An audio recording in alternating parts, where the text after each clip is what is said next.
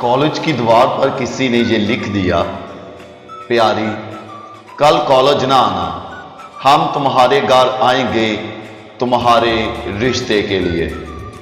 दूसरे दिन 231 लड़कियां, 15 उस्तानियां, एक पीटी टीचर, एक कंप्यूटर ऑपरेटर, 2 क्लर्क लड़कियां और तो और कॉलेज में काम करने वाली मासी खालदा भी गैर हाजिर रही।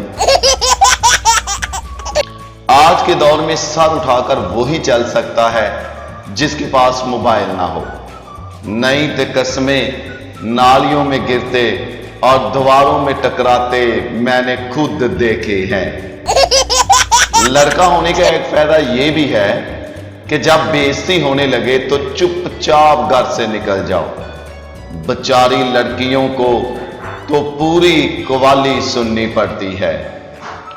दुनिया में कामयाब जोड़ा सिर्फ जुराबों का है, क्योंकि एक के बिना दूसरा किसी काम का नहीं रहता।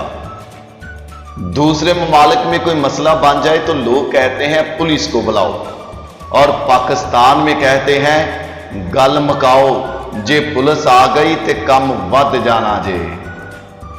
इंसान की पहचान दौलत से नहीं, शनाख्ती कार्ड से होती है। हर खूबसूरत लड़की के पीछे एक ब्यूटी क्रीम का बड़ा सा डब्बा होता है।